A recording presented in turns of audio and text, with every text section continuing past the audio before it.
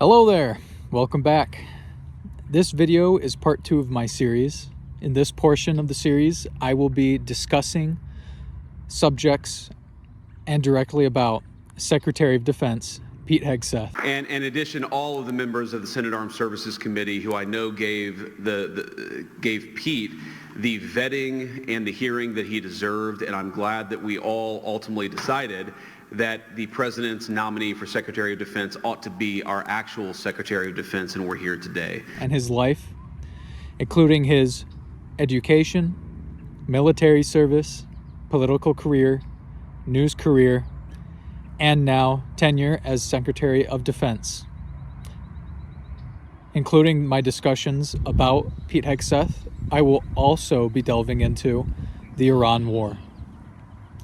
In researching Pete's background, I've researched and read through, in preparation for this video, articles relating to him such as the war.gov biography entry on Pete Hegseth, the Miller Center's biography, Britannica's biography, the Biography Bites biography, Breaking Defense biography, and Biography Briefs biography. I have found that Wikipedia has a more comprehensive background on Pete than even the Department of Defense's bio page on him. So, for his early life and military career, I will be heavily utilizing Wikipedia. I've watched dozens of hours of footage related to Pete, as well as his press gaggles, speeches, and congressional hearings. I'm quite confident with our president, who makes nothing but great deals, that ultimately it'll be something he's proud to defend, that ensures that Iran, which everyone knows should not have a nuclear weapon, never does. An order for no quarter or no survivors is a war crime under the Geneva Conventions. You understand that's murder. Do you stand by that statement? The Department of War fights to win, and we ensure that our warfighters have the rules of engagement necessary to be as effective as humanly possible. Okay, so just to be clear, you called Democratic... And we're going to think about those warriors with every single decision that we make. We will put America first. We will bring peace through strength. And the 3 principles I talked about are what we will bring to that Pentagon. Restore the warrior ethos in everything that we do, rebuild our military, and reestablish deterrence. We don't want to fight wars. We want to deter them, as you said, and we want to end them responsibly. But if we need to fight them, we're going to bring overwhelming and decisive force to close with and destroy the enemy and bring our boys home. To understand his frame of mind, I read 2 of his books, American Crusade and Modern Warriors, both written in 2020. A brief overview of some of the events around Pete Hegseth that I will be discussing are the events of Signal Gate on March 15th of 2025, the firings of 24 upper command officers, generals, and admirals, the investigative general firings, military budget and spending, his book, American Crusade, history of U.S. conflicts with Iran, U.S. and international law, Pete's character as a man. And I'm just going to come straight out of the gate here, that my inspiration for this video is thrust forward by my conscience, screaming at me that Pete Hegseth is a war criminal who violated international law and U.S. law against the conventions of Hagues and Geneva. There is no question to it. The bulk of this video will be entirely unnecessary to demonstrate that fact. His words on the occasion where he made his damning utterances are enough. We will keep pressing. We will keep pushing, keep advancing. No quarter, no mercy for our enemies. But to understand why he would do such a dishonorable thing, as brazenly audacious as he did, we must delve into the parameter of this man's character and life experience to properly know the type of man Pete is. And we should all keep in mind, I am not a Hegseth expert, nor a legal expert on international law. I do not live with Pete, nor any of you. But, unlike most strangers, Peter Hegseth has written 4 to 5 books that are published. He's given lectures at public schools, and he has been on national TV for at least 19 years. Oh, also, he's a civil servant. I am attempting to ascertain Pete's psyche, predicated upon by observational information, to establish the most comprehensive and accurate understanding of the Secretary of Defense.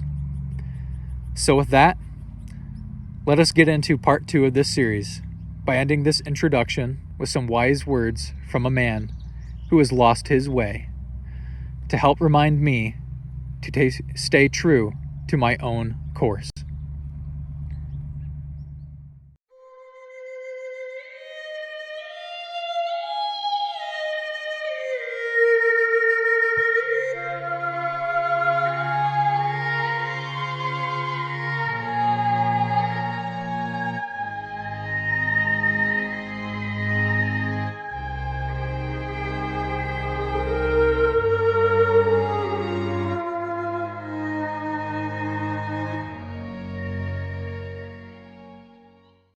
Ladies and gentlemen, can I please have your attention? I've just been handed an urgent and horrifying news story.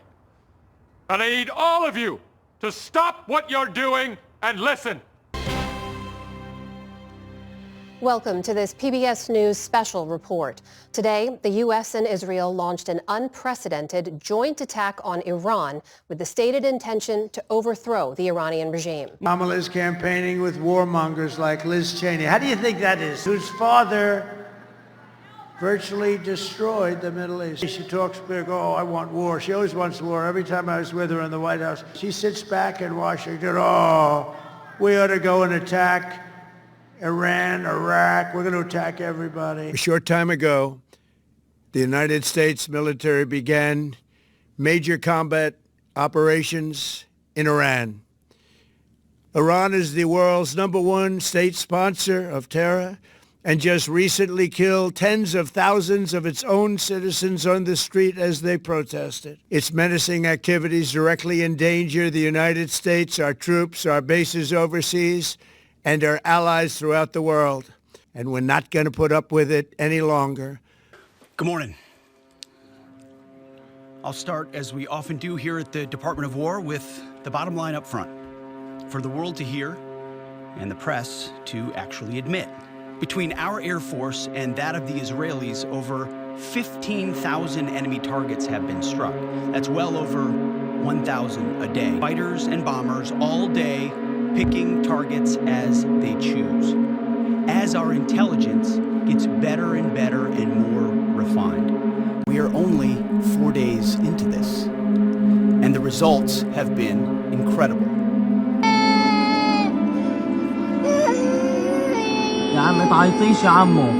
We're here outside of Tehran. Behind me you can see what remains of the B-1 bridge. This massive infrastructure project was targeted by the U.S. on April 2nd, Nature Day, here in Iran.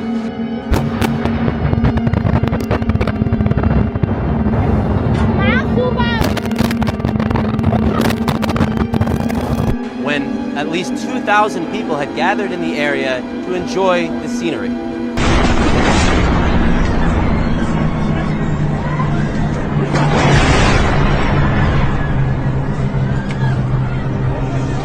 "13 people were killed that day, including a 3-month-old baby, a 6-year-old child, and a pregnant woman." Why now? Well, there's 2 reasons why now. The first is it was abundantly clear that if Iran came under attack by anyone, the United States, or Israel, or anyone, they were going to respond and respond against the United States. The third is the assessment that was made that if we stood and waited for that attack to come first before we hit them, we would suffer much higher casualties. And so the president made the very wise decision. We knew that there was going to be an Israeli action. We knew that that would precipitate an attack against American forces. And we knew that if we didn't preemptively go after them before they launched those attacks, we would suffer higher casualties and perhaps even higher those killed. They're dealing with General Motors, they're dealing with Ford. But I know General Motors is all excited about building weapons now. They have some plans which they're going to switch over, and we're going to build weapons. including the Patriot, including the Tomahawk, and lots of other things. I'm Shauna Kalafi. We are covering the latest out of the Middle East, and as attacks continue across the region, death tolls also continuing to rise. The U.S.-Israel war in Iran and Iran's retaliatory strikes have killed at least 1,230 people in Iran, at least 486 in Lebanon, and 11 in Israel, according to officials in those countries. And that includes more than 160 who were killed in a strike at a girls' elementary school in southern Iran. Now there are reports that the U.S. may possibly be responsible for that strike.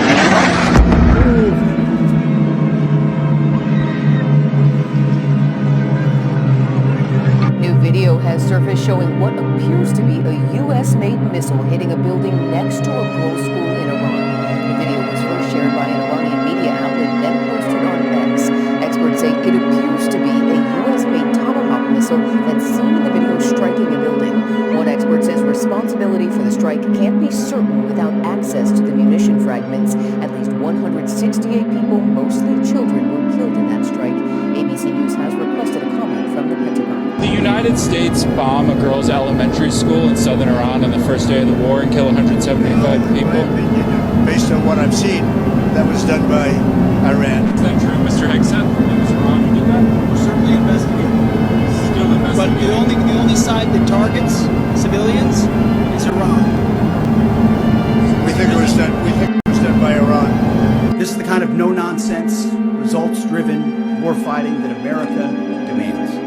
Can you please provide some guidance? It's been 13 days in. Can you please provide some guidance, both of you, about the strike on the girls' school? We're not going to let reporting lead us or force our hand into indicating what happened in a particular situation, because the truth matters. I will note to this group and to the world, there's only one entity in this conflict between us and Iran that never targets civilians. Literally never targets civilians. Can you now say whether you will hold anyone in your administration accountable for the strike on a school that killed more than 100 children on the first day of the war? If it was a fault, and as you know, that's under investigation, it's such a strange question to be asked at this state. It's talking about a long time ago, but nobody did that on purpose. Say that the Tomahawk, which is one of the most powerful weapons around, is used by, is sold and used by other countries, whether it's Iran or somebody else. The fact that a tomahawk is very generic. It's sold to other countries.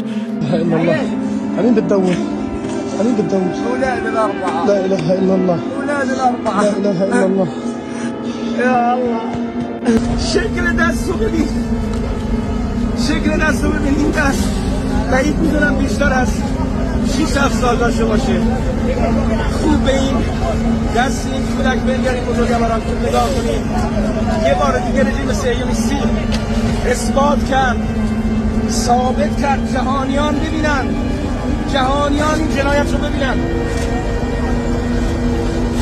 جهانیان باید این جنایت رو ببینن خوب نگاه کنید مدعیان آزادی خوب به دست این کودک ما نگاه کنید که صبح اومده بود درس بخونه To have really strong security guarantees. Weapon is very important. You don't use just tomahawks. You don't have tomahawks. That's why we need tomahawks. White House there to push President Trump for American-made Tomahawks. These are longer-range missiles that would give Ukraine the ability to hit deep inside of Russia. You can see the range there. And when all of a sudden this has been thrown into doubt after a 2.5-hour phone call with Vladimir Putin. I did actually say, would you mind if I gave a couple of thousand Tomahawks to your opposition? I did say that to him. I said it just that way. We didn't start this war, but under President Trump, we are finishing it. Eugene Sledge, in his World War II memoir, wrote, quote, "War is brutish, inglorious, and a terrible waste. Combat leaves an indelible mark on those who are forced to endure it. The only redeeming factors are my comrades' incredible bravery and their devotion to each other." In combat, there are thousands of variables, as I learned in Iraq and Afghanistan, and as so many of you did in so many more places. Leaders can only control about 3 of them. And the last variable is how well you lead. After that, you're on your own. We will keep pressing. We will keep pushing, keep advancing. No quarter, no mercy for our enemies.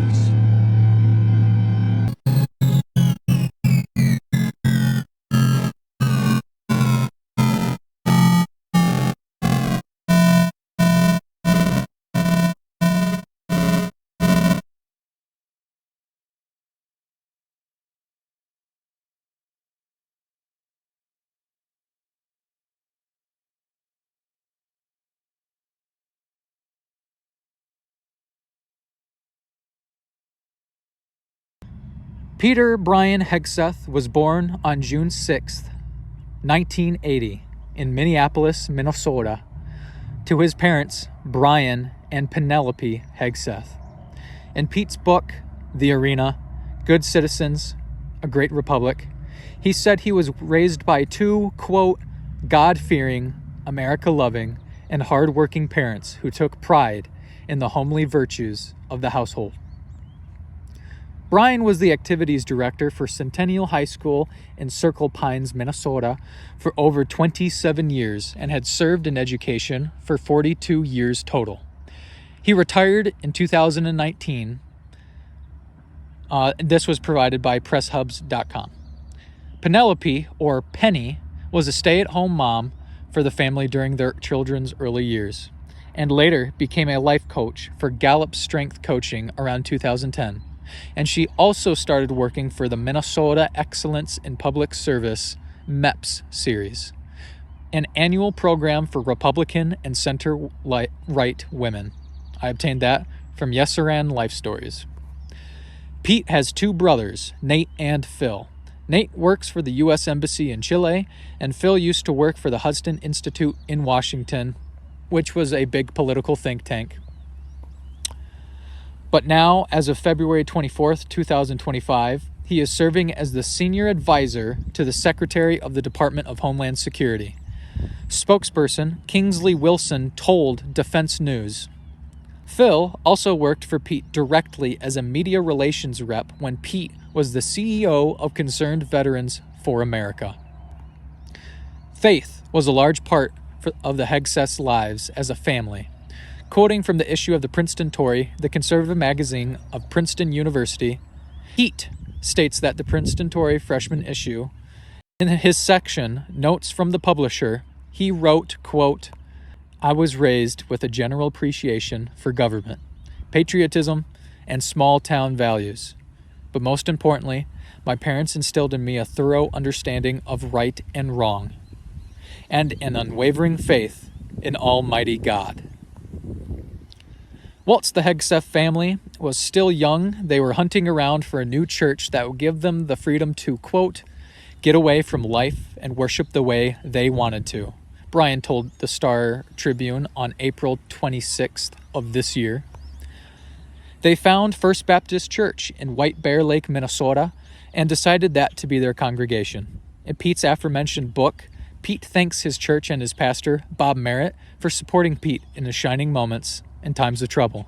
Pete's latest book, American Crusade, on page 126, after he comprehends Kanye West's growth into Christianity, he relates to Kanye and brings the conversation back to God and family.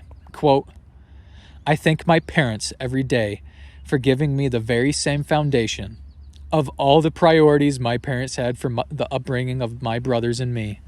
Faith in Jesus Christ was front and center. Sunday mornings, Wednesday nights, and every day in between. To me, the church thing was mostly boring and formulaic, but it stuck. In 1999, Pete Hegseth got to see Billy Graham, a mega pastor back in the mid to late 1900s, give one of his sermons at the Metrodome in Minneapolis. And to Pete, the scene looked like, quote, that of an evangelical Trump rally. Pete was the oldest of the 3 Hegseth sons. In his younger years, Pete would attend Christian youth basketball camps in the summer. Brian, according to Star Tribune, said that Pete probably went to the basketball camps to chat with his buddies and not to memorize scripture. But, quote, there were awards given out for attitude and understanding the Christian walk. Pete won a lot of those accolades. Pete attended high school at Forest Lake Area High School in Forest Lake, Minnesota, and graduated there as a valedictorian in 1999. Valedictorian. He was part of the varsity basketball team that made it to the state championship his graduating year, but his team lost in the first round to Elk River. In 2012, he was inducted to the Forest Lake Area High School's Hall of Fame, where his entry reads, Pete was an outstanding student, athlete, and leader. Pete graduated as the school's all-time leader in both career and single-season three-point shots made, 156 and 76, respectively, and single-season three-point shooting percentage at 49.7%. He was twice named All-Conference and earned All-State honors as a senior. He also earned 2 varsity letters in football as a wide receiver. Pete passed up on a scholarship to West Point and instead attended Princeton University.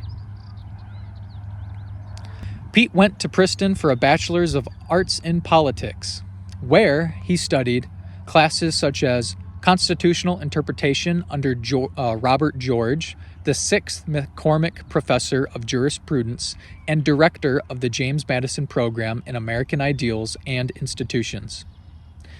19th Century American History under Sean Wilentz, Professor of History and Director of the Program in American Studies.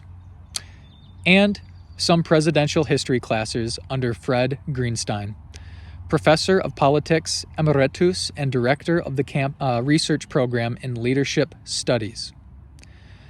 As soon as Pete set foot on Princeton's campus, he immediately became an active student. From the papers of Princeton periodicals, Pete ran and won a student senator race for his respective graduating class of 03 his freshman year. This was issued on December 9th, 1999. I was almost a year old. Quoting from Q&A Pete Hegseth, Fox News contributor on the Princetonian, Pete gives us some insight into what his day-to-day was like. Quote, I used to live over near Dillon Gym and would walk from there to dinner. All my friends and I were in Cap and Gown Club. It was always the ceremonial signal at the end of the day. At 6 o'clock, we would slowly walk across campus, go over to have dinner, and then walk back, tell stories, talk about the day, and hang out. It was sometimes the only break we would get in the middle of the day. Because I did varsity basketball, I was in ROTC, I led the conservative publication. I was going to school, so it was sort of the moment when me and my roommates would enjoy some downtime. From the same publication, Cameron Atkinson, a member of the Cap and Gown Club alongside Pete Hegseth, and the same graduating class of 03, said, in general, Pete was the kind of guy that was, quote, comfortable talking to everybody. Pete ran in the larger circle. He didn't run in his own small circle. He was as smug then as he is now. He sounds wicked smart, because he is. Cameron goes on to say that Pete was a convivial guy, the type to acknowledge people as he passed by them, and always with a smile. Kaysen Chile, a fellow club member and classmate who was also interviewed by the Princetonian of the same article, said that Hegseth, in relation with his relationships, was, quote, fair, thoughtful, intelligent, and gracious to those he was in conversation with. I found him to be pleasant and respectful, and attentive and cheerful to be around. She said he would also associate with liberals, as well as people of his own political inclinations. A former assistant professor of government, Patrick Deneen, said that Pete was made memorable to this day because of Pete's assiduity towards ROTC. basketball, and his schooling. Pete's patriotism was also of note. This man also assisted Pete Hegseth with his 90-page thesis paper titled Modern Presidential Rhetoric and the Cold War Context. Patrick also made a message he sent out on Twitter, or X, that no longer exists as of this day. I am typing this out. Originally on the 1st of this month, June. Now, a remnant remains on the same Princetonian article with which I have gathered these quotes from. Patrick reminisced about Pete's basketball days at Princeton. He said that, quote, Pete made these sacrifices in spite of spending a fair amount of time sitting on the bench. But he was always ready, and at key moments, electrifying when he got the call. The Princetonian requested an interview, and Patrick declined. Brad Simmons, Pete's editor-in-chief of the Princeton Tory and fellow classmate, said that, quote, Hegseth had a unique leadership style because he was very disciplined. He aggressively got things done. He was a very kind person. Pete Hegseth joined the Army ROTC program, which is the Reserve Officers Training Corps, used to train officers in reserve for the United States Armed Forces, at Princeton his sophomore year in 2000. Phil O'Byrne, former Army captain and the cadet battalion commander who trained Pete his senior year, told the interviewer that Hegseth, quote, carried himself with confidence and a natural charisma, which helps when you're leading soldiers. He went on to say that many varsity athletes took advantage of their privileged positions as athletes. Say the word you want to say. For them to have a lighter program schedule, which would conflict with their I will say it with athletic program. But, quote, Pete never took advantage of that. He was fully committed to ROTC and was a great cadet. Jeff Williams, a retired Army colonel and former assistant professor of military science who taught Hegseth, said Pete, quote, participated fully. He said that he never missed any lab work or assignments. Pete Hegseth was the publisher of Princeton's conservative student paper, the Princeton Tory, his junior and senior years of university. By his own writings, we can utilize them to continue to build our understanding of Pete. So far, he's a good, hardworking, committed, studious, friendly, conservative 21-year-old with a deep love of family, God, country, and sports. Now, let's hear more from the Secretary himself and learn about his budding political ideology and his character by his words throughout 8 issues of the Princeton Tory in 2002. Also, I attempted to refrain from making any comments about the paper subjects, but I could not hold my tongue.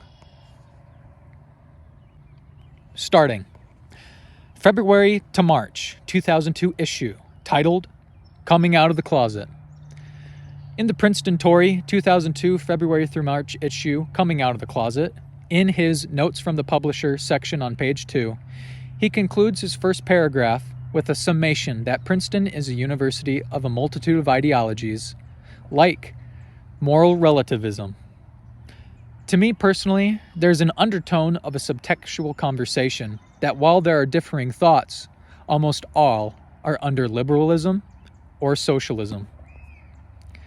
He then follows up by saying even beneath all the liberal noise, there is a traditional core to the Princeton experience. And he continues to cement this by quoting the founding statement of principles of the Princeton Tory, established back in 1984. Our objective is to legitimate conservatism as a philosophy and as an approach for those reformers who seek to ameliorate our social and political problems. We present our views as a challenge to those who would build their new world by destroying many of those very qualities which we value in our civilization. Pete goes on, saying it is his responsibility, at the time a self-identified conservative, to present the right side of the news. It was his mission to provide the community of Princeton and the Tories contributors with his best efforts, all the news and opinion that unabashedly relayed the conservative message, the truth, as he knew it. He then invites anyone with comments or differing views to submit a letter to the editor. On page 5, in a piece titled The Rant, which is a collective piece of all the writers put together by the editors, on paragraph 6, quote, "Recently, the foreign minister of France, Mr. Hubert, openly criticized the United States' approach to terrorism as simplistic. The only question is, who cares?" I find this highly ironic because America's history with Middle Eastern intervention simply never works. Also, I care. Quite a bit. Then on paragraph 8, in discussing Iraq, the rant is about something that I will be referencing later on because I find it psychologically fascinating. Quote, "Can we please go to Iraq already? We've established that Saddam is evil and that he has biological and chemical weapons of mass destruction at his fingertips.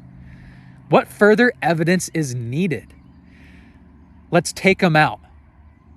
And his crazy son with him." Pete writes an article of his own on page 12 titled "Axis of Foolishness," in which he criticizes ill-informed protesters petitioning the public and government for proper judicial trials for American-born terrorists. He talks about Bush's view on an axis of evil, for Bush comprised of North Korea, Iraq, and Afghanistan, which inspired Pete for the title of his article. Quote, "I will describe John Walker Lind, Hiram Torres, and Charles Bishop as an axis of foolishness. All three men were American-born and later turned terrorists over in the Middle East. He blames their turn to terrorism on, yep, you guessed it, a lack of a father figure in the home and liberal education." What the hell? Oh my God, no way. It is not surprising that none of the axis of foolishness had a father figure in their lives. He says that the absence of a male disciplinary figure helps explain the lack of moral rectitude shown by the axis. He then states what kind of punishment is necessary to rear a child successfully. Or maybe to make sure your child doesn't become a terrorist? It's hard to say. It's an awkward segue. He says that, regardless of the source of parental discipline, strong discipline is needed. First in the form of spankings, moving next to soap in the mouth, then grounding, and finally curfews. I find it interesting that physical violence is his starting point for punishment, and as behavior of the child presumably worsens, the degree of punishment lessens. Because objectively, having hands put on you is more severe than being confined to your parents' house. He goes on to say the problem lies in atheist public schools, encouraging the same terrorist ideologies as Al-Qaeda sympathizers. He finishes off this article with something I will come back to due to its significance for Pete later on in his life. Quote,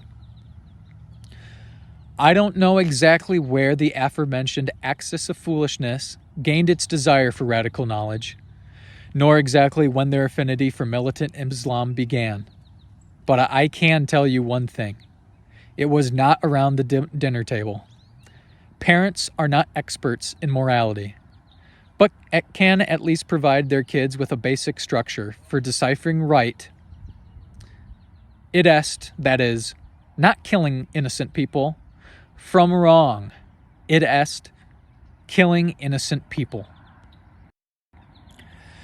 In the issue of February to March, Pete is a vocal critic of non-conservative ideologies, and his form of conservatism is that of the founders of Princeton, the very founders of our country.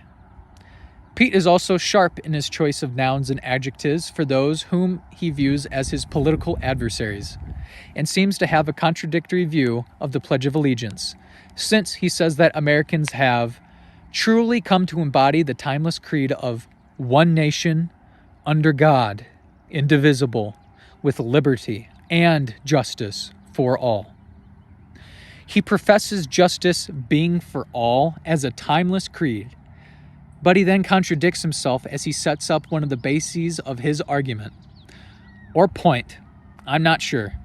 But Pete said that the reemergence of our country's best qualities has led to the uncovering of some of her worst, and that knee-jerkers and ill-informed protesters were the forces of an anti-American spirit, while they advocated for due process rights for terrorists.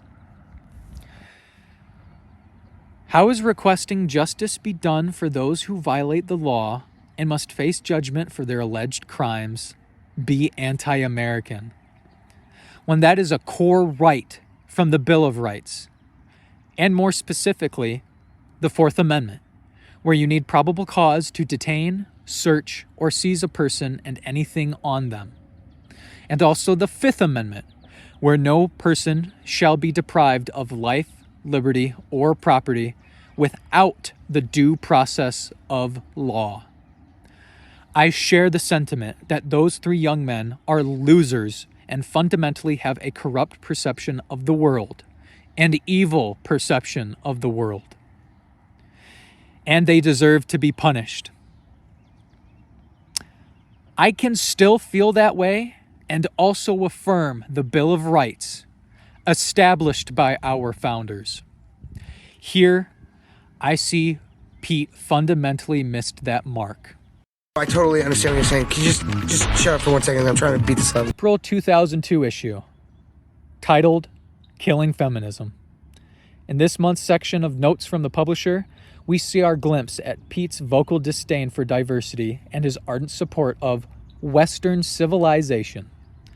In his 358-worded column, he uses the word diversity 9 times, equating to about 2.2% of all the words total. This may be a subtle way of expressing how he feels about the frequent use of the term by the university and academia altogether. He's sick of all the ethnicity this and race that. Pete doesn't like how education loves diversity, yet has a deep sense of disgust and resentment for the idea of drawing distinction between true and false, right and wrong. He appears to try and assuage anyone weary by his steadfast support for Western values, and appears to lessen his commitment slightly. He says he isn't espousing that the only thing of merit to study are Western values, or that our country is infallible. The mere existence of America demonstrates the veracity of those Western ideas Pete loves so much, which are consent of the governed, rule of law, human rights, capitalism, equal opportunity, religious faith, and respect for innocent life. I agree with Pete on the grounds that diversity is a meritless value. Are you a racist? And that what should truly be celebrated is that regardless of the ways in which we are diverse, we are one people, a union. And I concur that the principles of consent of the governed, rule of law, human rights, religious faith, and respect for innocent life are the most fundamental values of our society, and any society. Hegseth is so committed to this that at the end of his notes, he declares, "As the publisher of the Tory, I will strive to defend the pillars of Western civilization against the distractions of diversity." It's amazing that he's kept that drive all the way into his sectarial career in the White House. In the rant of this issue, in paragraph 7, the writer criticizes Europe, all Western civilizations, for the people of Europe not fully Western valuing the institution of marriage, and didn't like that they wanted to legally recognize any and all relationships. Exempli gratia, for example, homosexual relationships. The writer is commenting about a New York Times article and is implying they gave the data a decidedly progressive spin. Strange that Western civilization cannot determine for itself what its own values are. May 2002 issue titled, Why Jews Should Vote Republican. In this month's issue of the Tory, Pete writes about the importance of Princeton's history and how he wants to celebrate it. He talks about how the university should create a sort of seminar on the history of Princeton and influential Princetonians, and continues by acknowledging most people at Princeton would know former President Woodrow Wilson and perhaps even Founding Father James Madison were once a part of Princeton. But Pete laments how most people don't know that one of his favorite characters of Princeton and the nation's history was once also a student, John Witherspoon. And why? Because John had the type of character that represents the integrity and courage needed to make this country and this university truly great. He ties John's words regarding free men in times of travail needing to step up as soldiers to Pete's own time during the War on Terror. When duty calls us to act, Pete quotes John directly.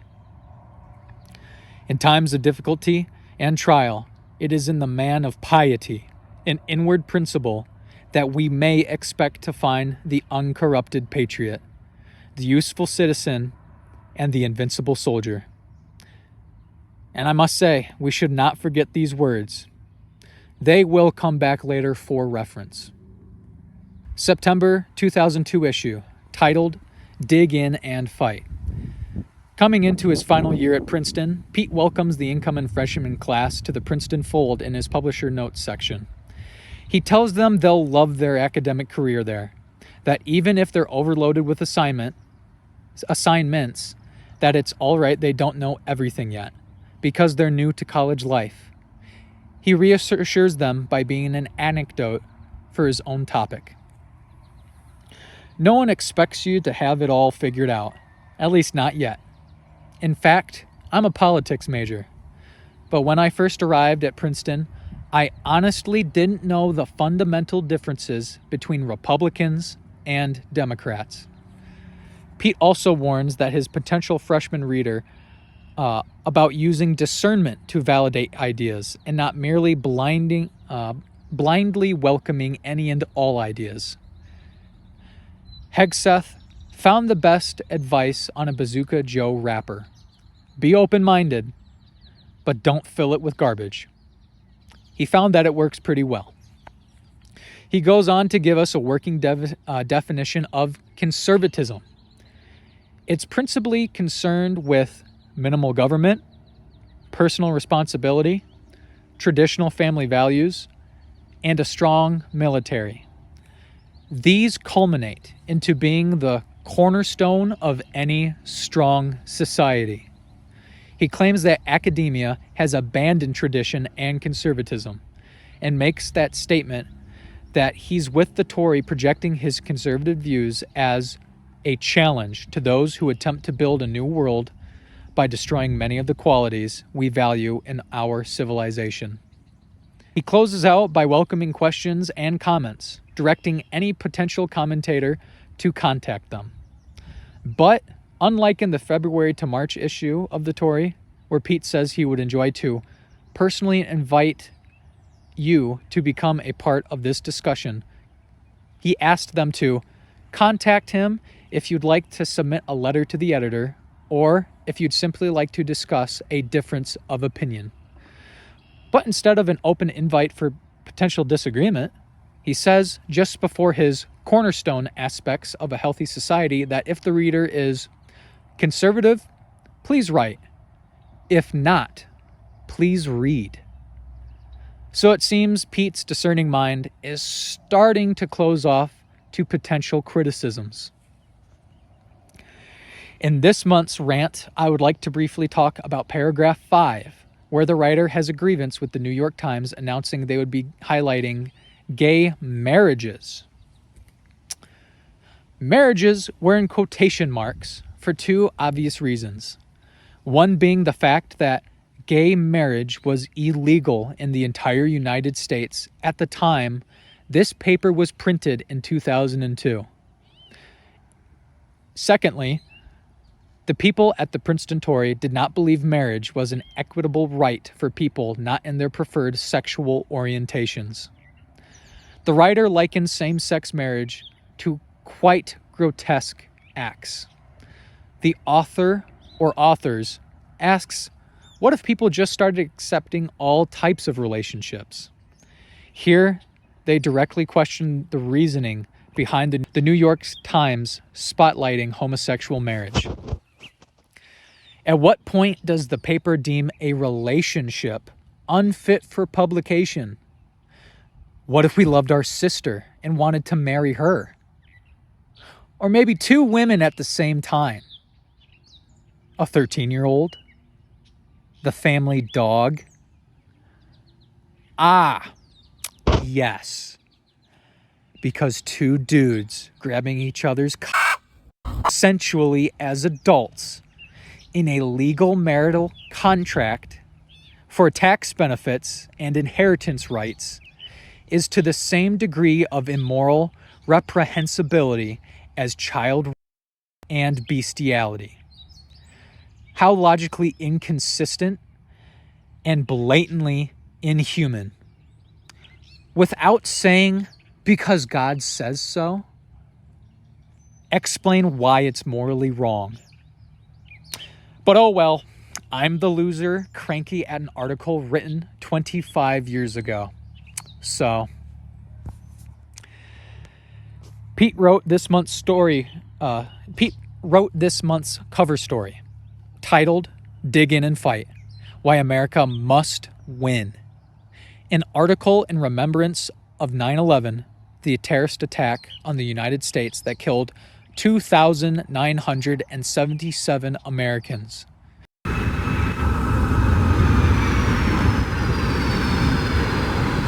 And how we all will remember the abhorrent day in all the same way Americans memorialize President John Fitzgerald Kennedy's assassination or the attack on Pearl Harbor. But Pete ponders upon the fears that the way Americans remember 9/11 may be too selective, politically correct, and temporary.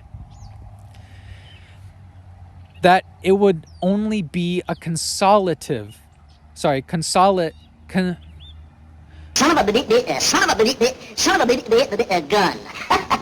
You thought I was going to say son of a... A consolidative understanding instead of an understanding being disciplined and steadfast.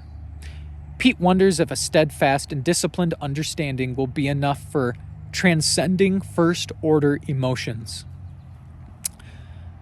I must be forthright. I have no idea what he means by first-order emotions.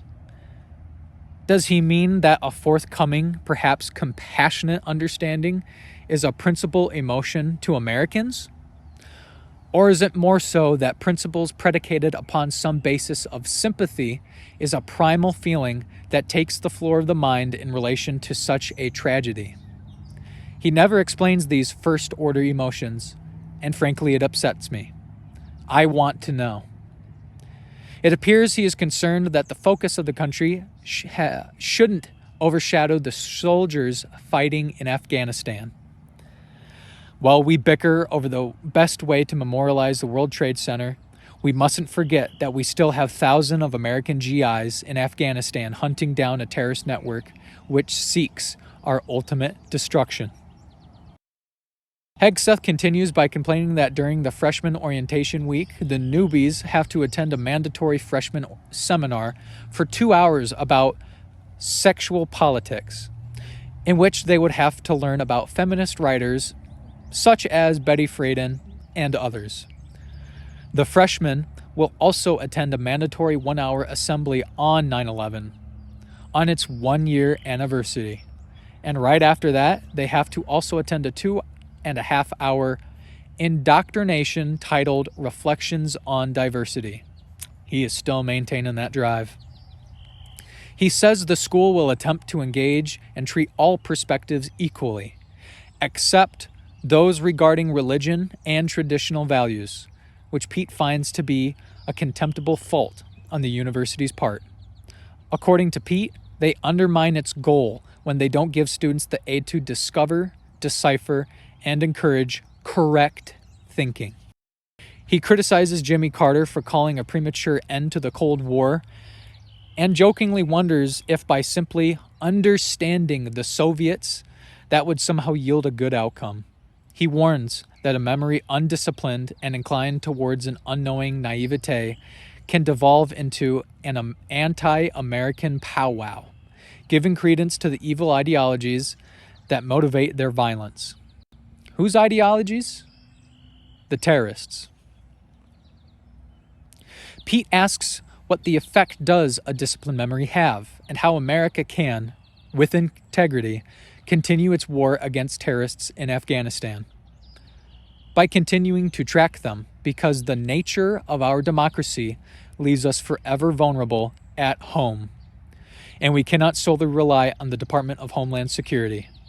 Pete follows this up with his America World Police ideology, stating that it is the duty of America, both to its citizens and to the rest of the world, to bring the fight to the terrorists.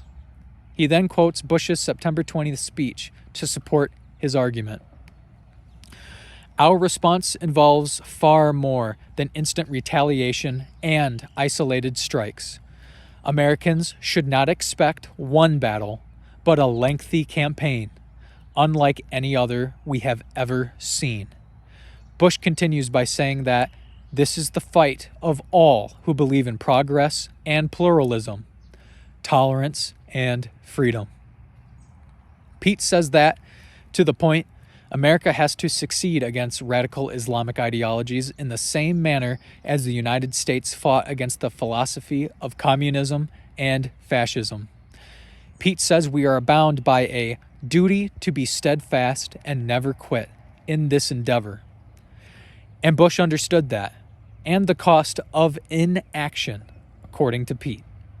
Pete says that this doesn't mean America should be shooting from the hip and carelessly flaunting our military superiority, but that we ought to recognize the cold, hard fact that if there is ever to be a chance for peace in the Middle East, that America must take the lead.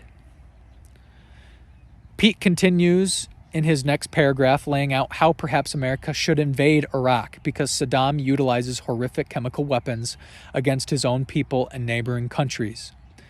Pete surprisingly admits that although Saddam is evil, his ties to Al-Qaeda are not substantiated enough to warrant an invasion. But this doesn't deter Pete. He says that fact should not dissuade the United States from its goal of regime change, and that there is justification for invasion because Saddam's Iraq is an imminent threat to the stability of the Arab world, the safety of our Israeli allies, and the progress of democracy. His payments to families of Palestinian suicide bombers constitute ample evidence of his support for terrorism. Pete believed that the end of Saddam's dictatorship could have been the Normandy invasion or fall of the Berlin Wall of his generation. He continues by claiming that defeating Saddam in Iraq would also provide an opportunity for democratic principles to gain favor in surrounding Arab polities. Pete gives hearsay to support this thought by unsubstantiatedly claiming that it has been purported that the people of Iraq want Saddam gone, and that Republican ideals could do well there. He fantasizes that if Iraq and Afghanistan could form genuine and functioning liberal democracies, there may be a swell of regime change all throughout the Middle East. It would be productive for human rights and peace. And he finishes, plainly, victory in Iraq is essential for the ultimate victory of freedom over fear. In order for this to garner success in this venture of world policing, it would be advantageous, albeit not necessary, for Bush to gain the consent of Congress, and that on top of arbitrarily obtaining consent from the people's elected representatives, Bush should also ease the conflict between Israel and Palestine, and should build a persuading cause for the effectiveness of regime change to our allies. Pete then acknowledges that it is not enough to deem Saddam evil, although he is, and declare war. He goes on saying there is ample evidence of Saddam's involvement in international terrorism to make a case for his removal as leader of Iraq, and that it is America's responsibility to continue its war efforts against terrorist cells. And in doing so, America must display that we aren't just doing this for us, but the entire worldly community. I wonder if a bit of that global citizen talk kind of rubbed off on Pete. It amazes me that a self-professed conservative would say it is not necessary for the President of the United States to obtain the consent of Congress to commence an act of aggression when Alexander Hamilton, Roger Sherman, and Thomas Jefferson, as well as Article 1, Section 8, Clause 11 of the Constitution of the United States of America, all deliberately expresses that any declaratory war powers are solely possessed by Congress. In my opinion, this is a very unpatriotic view of Pete. To believe in governance of the few, and by governance of the few, I mean governance by the few. Page 8, right after Pete's cover story, we see Confessions of an Ex-Freshman, the Good, the Bad, and the Ugly, written by fellow contributor of the Tory, Andrew Johnson. I shall begin on paragraph 11. Here, Andrew explains how much of a fiasco the orientation program Sex on a Saturday Night was. He explains that the program, which may have been the one to which Pete was referring to, was a bemusing yet mandatory orientation program revolved entirely around whether an instance of sexual intercourse constituted rape. He argues that since the performative portrayal doesn't meet his home state's legal definition of rape, it isn't sexual assault, because an instance of a woman drinking herself into unconsciousness, not consenting to sex, and then a man proceeding to have sex with her body isn't if the woman isn't struggling or in duress against her assailant during the time of the assault. It doesn't meet the legalese for that Andrew is referring to. Andrew's own description goes, though intercourse was not consented to, there was no duress because the girl drank herself into unconsciousness. Both criteria must be satisfied for rape. Unfortunately, the panelists never cited any legal definition of rape.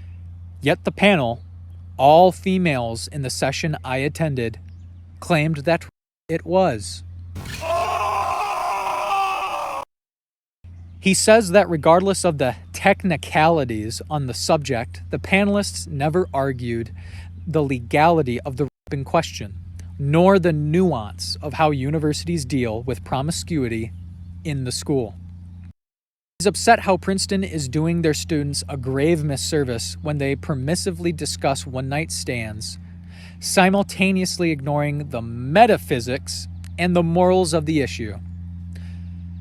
Are the metaphysics that even though the law does not define all instances of unconsensual sex as doesn't mean that someone having sex with an unconscious person doesn't constitute because it does. By the logic of Andrew's argument, we see that as long as the woman, or any woman, does not fight back, it cannot be, even if she is complying non-consensually. This dude, Andrew, concerns me. He goes on to say that this type of thinking drives conservatives to frequently butt their heads against the wall of academic closed-mindedness, and that because Andrew was confronted so dramatically with irrational liberalism in all three sectors of the university community, it forced him to think through a critical lens. Yes, his brain must have been working hard to justify having an issue with the claim having sex with an unconsenting, unconscious woman is wrong. I bring Andrew up only because, as the publisher, Pete had no issues with this article and saw it fit for publication. The Princeton Tory's 9 months of publishing was headed by Hegseth.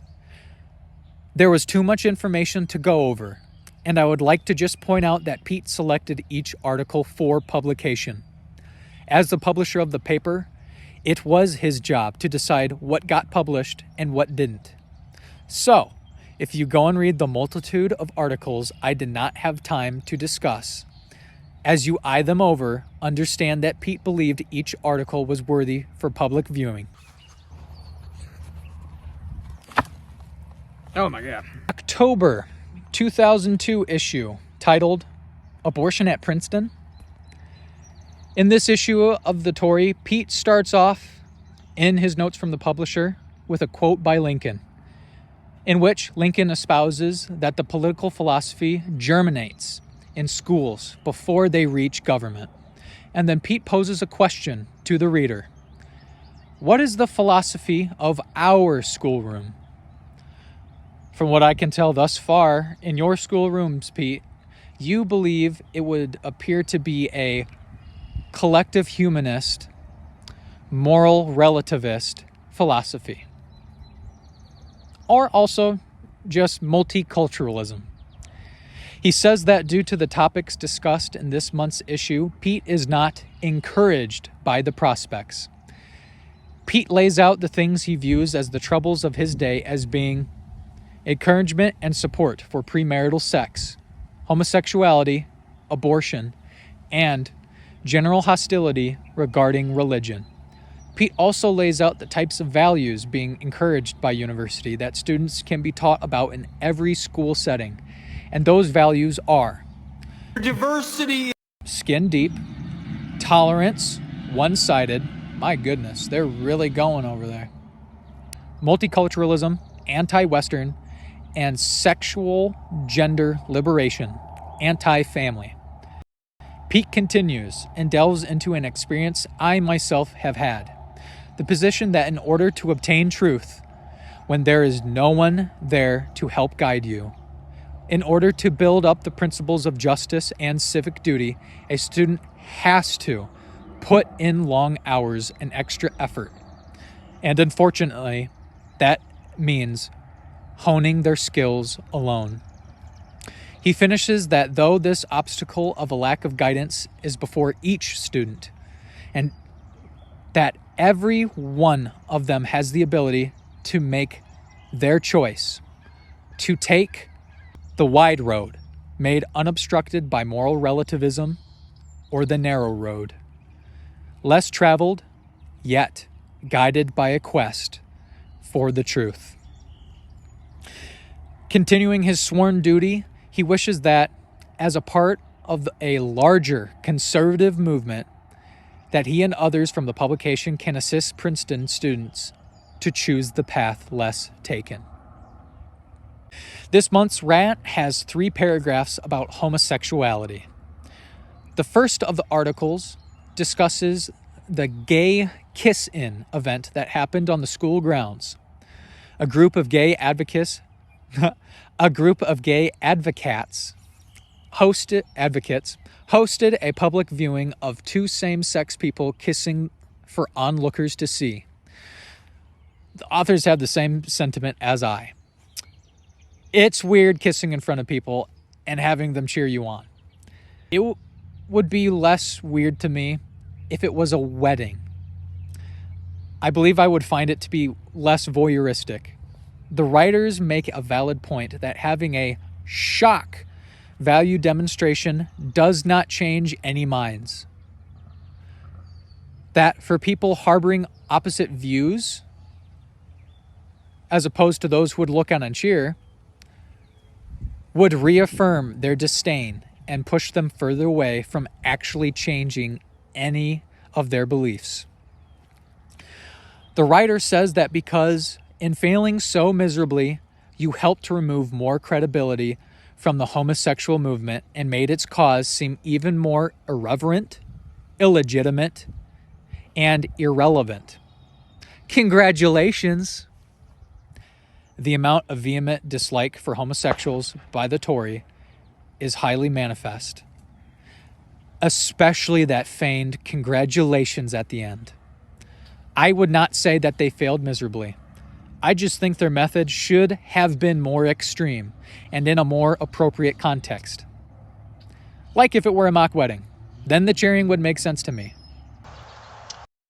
Oh, but I need to keep in mind the protesters are also doing this during a time when gay marriage is illegal. So they could not break the law at the time to have a better demonstration. So you know what? Actually, I changed my mind. This was an effective demonstration.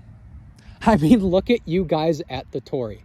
You cannot stop talking about them. I'm going to talk about paragraph 5.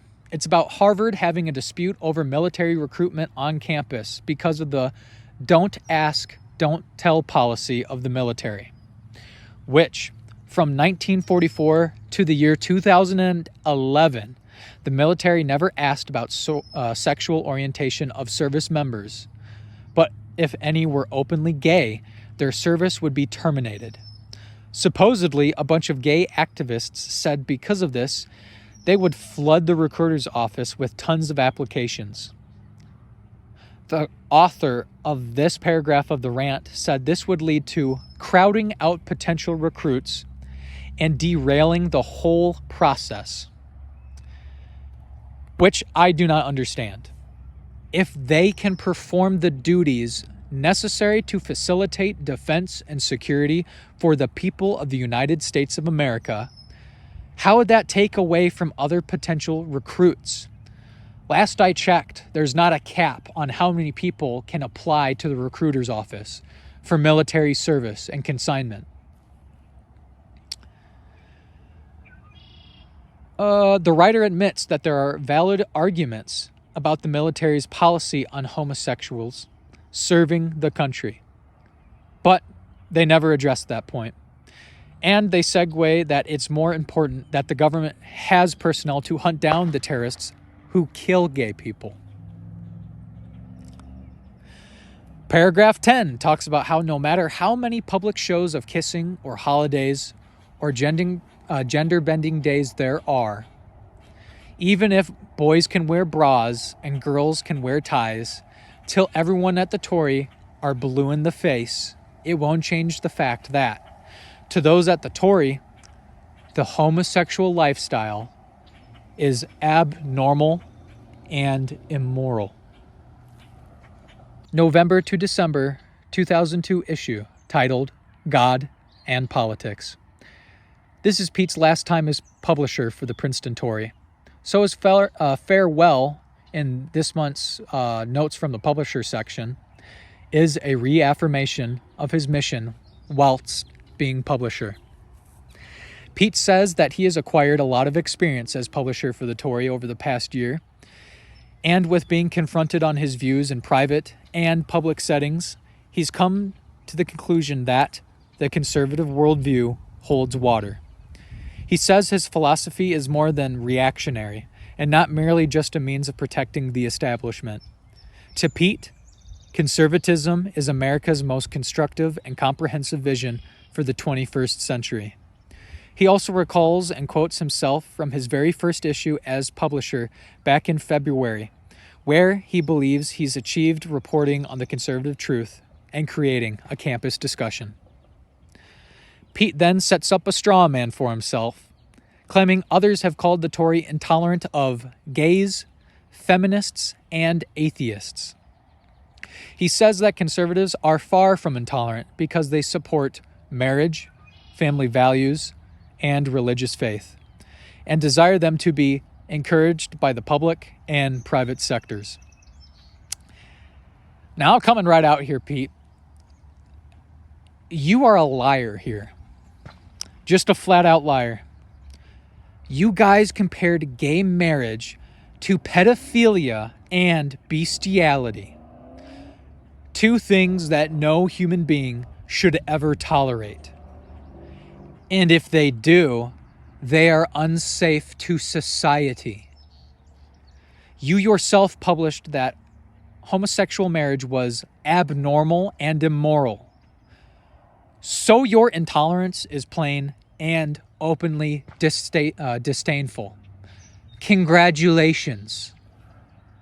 He describes the values of the Tory has been prescribed to its reader over the course of his tenure, and how these values are the cure to many societal ills, that a traditional family unit, a return of the acceptability of the homemaker vocation, freedom from oppressive government oversight, moral responsibility, and the revival of religious faith are the conservative building plans for a truly flourishing America.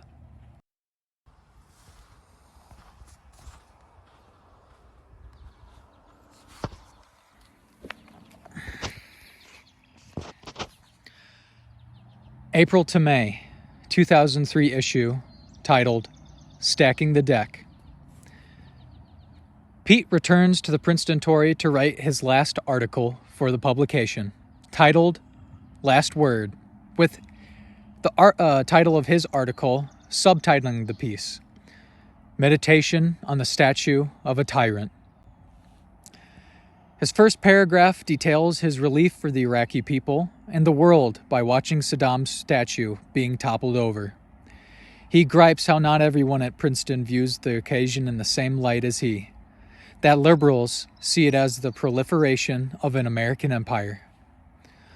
But Pete said, after weeks of uncertainty about Saddam's control, when he was finally defeated, America was seen as liberators.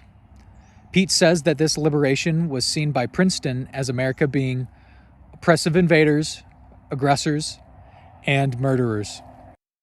Pete says that this liberation was a prime example of conservative ideological triumph instead. But this wasn't an easy ideological position.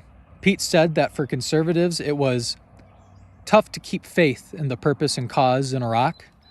Maybe it was the 24-hour news media always scrutinizing and magnifying every wrinkle in the plan. Maybe it was the supposed quagmire that occurred 3 days into the war and lasted only 2 days. There is a lot that Pete has already said in so many ways that I feel is unnecessary to bring up yet again.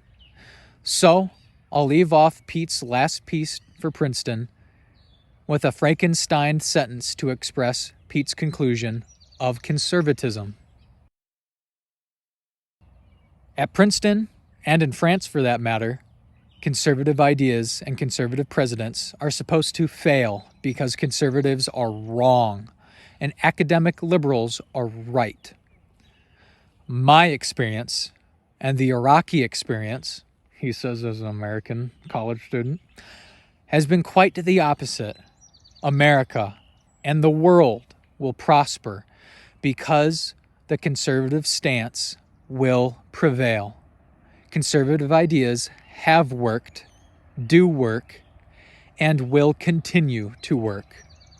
Princeton students must discover the truth for themselves, a truth whose repercussions will will humble the monuments of our time. The small crowd that has swelled to this now, taking off their shoes, throwing them at this statue, which is a deeply insulting Arab gesture. It looks like it might be coming down. Before they started taking it.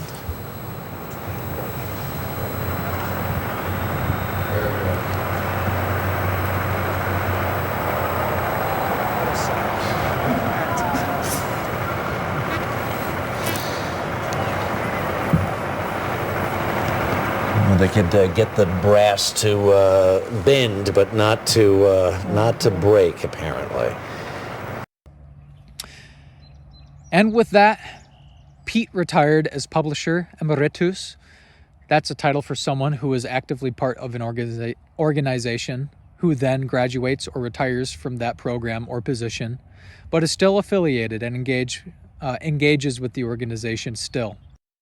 He finished his education at Princeton University in 2003, graduating with a Bachelor's of Arts in Politics, and enlisted in the Army Reserves as a second lieutenant, and worked as an equity analyst in Bear Stearns briefly. And then Pete enlisted for the Iraq War.